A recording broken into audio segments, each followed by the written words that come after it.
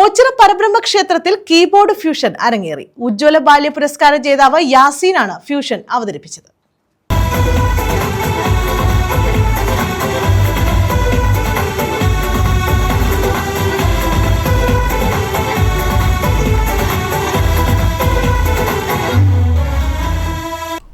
ഓച്ചിറ വൃശ്ചികോത്സവത്തിന്റെ 7ാം ദിവസമാണ് keyboard fusion അരങ്ങേറിയത്.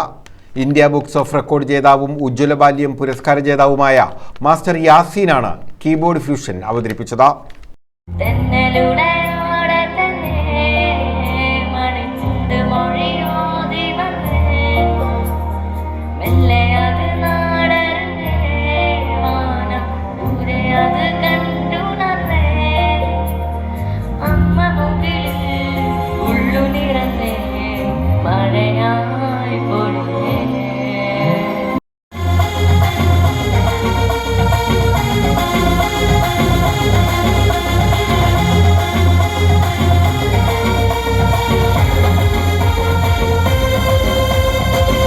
വൃശ്ചികോത്സവവുമായി ബന്ധപ്പെട്ട് നടന്നുവരുന്ന വിവിധ പരിപാടികളുടെ ഭാഗമായാണ് ക്ഷേത്ര ഓഡിറ്റോറിയത്തിൽ കീബോർഡ് അവതരിപ്പിച്ചത്.